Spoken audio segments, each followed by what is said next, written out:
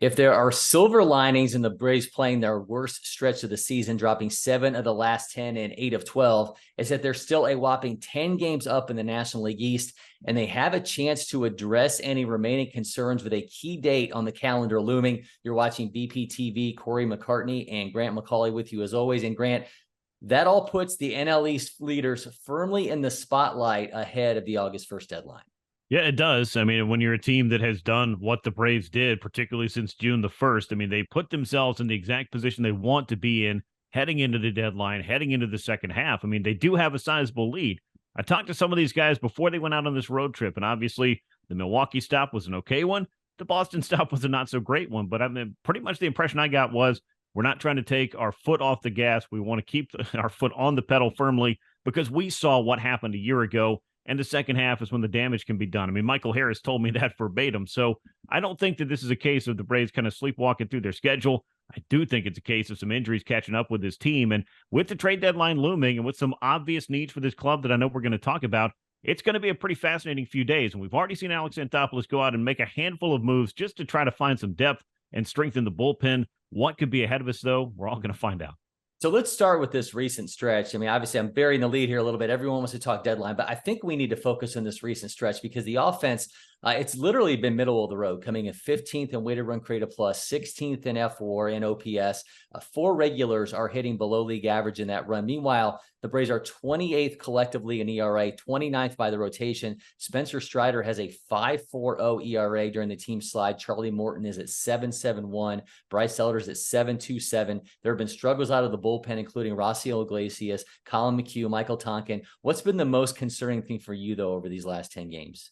Well, obviously, the pitching is kind of having to go through it right now. I've said this many times on many different places. I mean, they are smack dab in the dog days of summer, and things have been kind of a grind through the schedule. I know that the All-Star break you kind of think might give you a reset. I mean, I had people asking me on Twitter yesterday, well, maybe they just need some rest. I'm like, well, they just had a break, and coming out of the break, they haven't played all together that well. So I'm not sure rest is the problem, but health is most definitely the problem. That's been a concern all year long, but it seems to have reached a fever pitch over the past few weeks. When you lost AJ Minter, you lost Nick Anderson, you stack those on to guys you already didn't have in the bullpen. Max Fried is not back yet, so that's clearly something they're counting down to whenever that does occur. That's a big domino to fall, and they're hoping that that will happen soon. But that, I think, has been a concern that's been in the background, maybe the foreground a lot this year. But defensively speaking, this club hasn't played clean baseball as much as they need to. I think there have been some games where it has really cost them, including that crazy slugfest loss against the Arizona Diamondbacks for one, in which they had a chance to win a series there. And if you're able to win a couple of these games, these close ones, especially these one-run losses, maybe you feel a little bit better about where the club is trending right now. But it's not a doomsday prepping scenario. I mean, this is a club that's nearly 30 games over 500, give or take every couple of days. They do have a double-digit lead in the division, which at one point, if you added up basically every other division lead, it essentially was what the Braves had. So I think it's just one of those things where they're just in a lull period, which is going to happen over the course of 162. I know people would love to find and diagnose all the problems with it, but I think it's pretty apparent right out in front of them.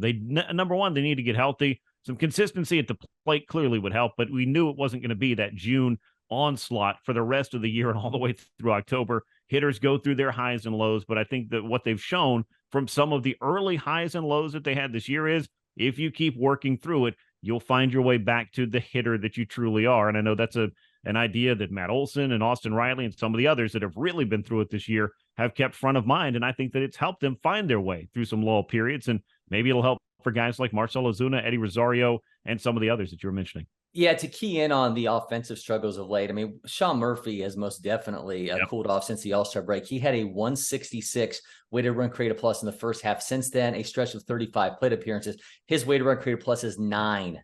That's 91% below league average. But obviously the bigger concern is in 2 spots that were really questions for the winner as well. Left field and DH. Marcell Ozuna went from a 110 WRC plus before the break to minus 23 cents. That is the worst of any qualified player in baseball right now. And then there's Eddie Rosario, who has started 8 of the last 10 games in left field. He has a 26 weighted run created plus post break, and in 24 of the last 30 days, only 7 players have been worse. Ozuna among them. So those are obviously a couple of the big spots when you look at towards the trade deadline. I mean, we go back to silver linings because there have been some pretty egregious issues, and this is the opportunity, Grant, to clear those up.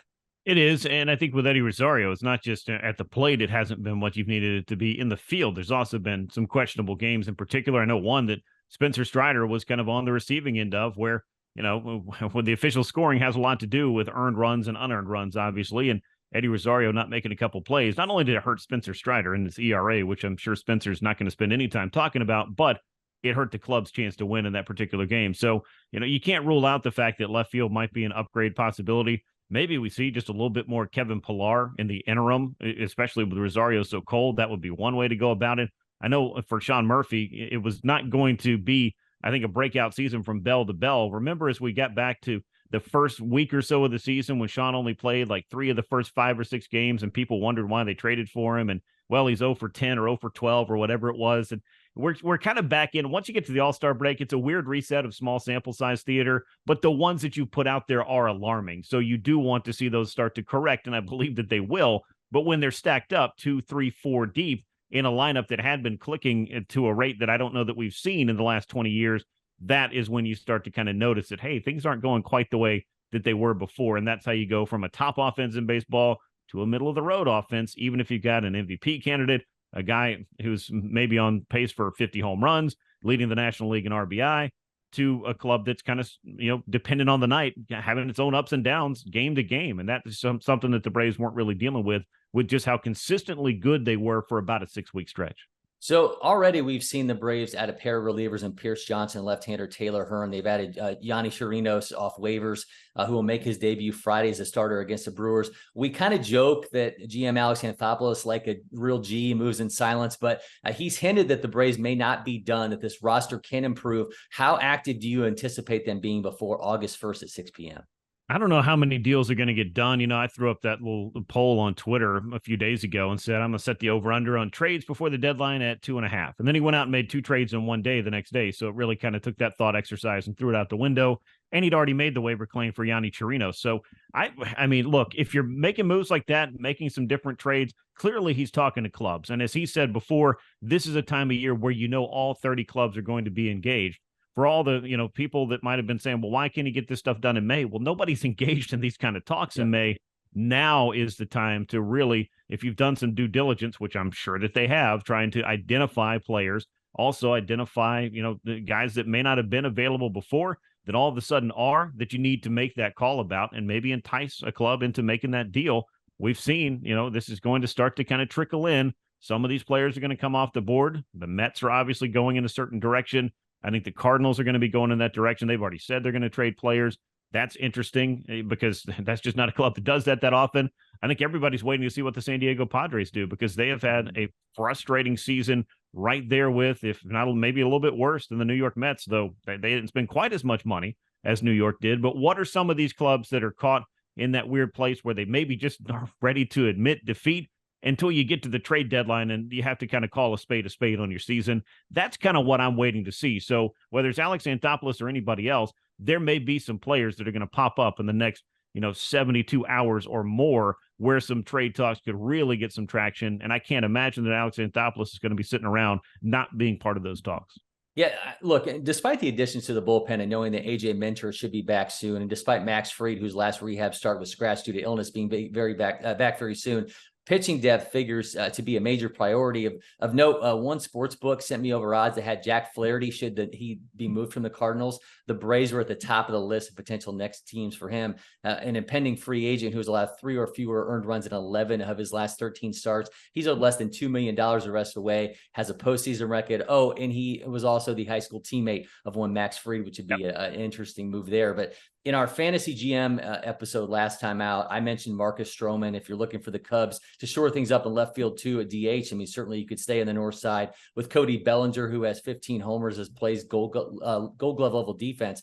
But Grant, all these sexy deals that we talk about, I think it's really worth remembering the Braves don't have the prospect capital that they had in the past. I mean, Victor Vodnik, who was 10th in the system, he got moved in the Pierce Johnson deal. At least one publication has the Braves with the 24th ranked farm system. AJ Smith-Shawver is the only guy in the top 100 right now per MLB pipeline. So I think any deal that happens, if it's a substantial one, Grant, I think it could hurt a lot more than it has in past years with some names that fans are going to know very well. Yeah, it may, but I also would say that, we're not in that situation that the Braves were in, where when they stockpiled all those prospects, you kind of had this excitement like each and every one of these guys could play a part in something big. And so many of them went on to. I mean, prospects, you want to have as many as you can. I think that the Braves have done maybe a better job of identifying and then developing these players in the draft. And clearly getting back into the international signing period is going to help the farm system get a little bit better, but it's not what it used to be, long story short. So whether this ends up being Vaughn Grissom, AJ Smith-Shawver, maybe even some of the picks from the last draft class or two that you wouldn't have thought that the Braves would be ready to move, this is a club that's ready to win. So I do feel like you could see some names go and you could see a bigger deal. And, then again, I also look at what Alex Anthopoulos has done, and I don't know how many times he can, where he just seems to pick the right cards to flip to another team to get the piece that the Braves need. And then whether or not those players develop is kind of on that other club, and obviously on the player to some extent, to turn into something. And the Braves haven't really been burned in one of those trades, I guess is what I'm saying. So I don't know what all of it's going to look like. There's not been really, I think, a substantiated rumor because of the way that Alex Anthopoulos does move. You mentioned it's very quiet until essentially the team announces it. And then everybody around the league kind of looks at that social media post, and what do they call it? The blue square of death. Was that the name that it got a year ago? I think they may have changed the color scheme this year, but you never know what the Braves might have up their sleeve when it comes to trades. They've just done it too many times the last few years, and it's impacted this club in so many positive ways, far more times than not.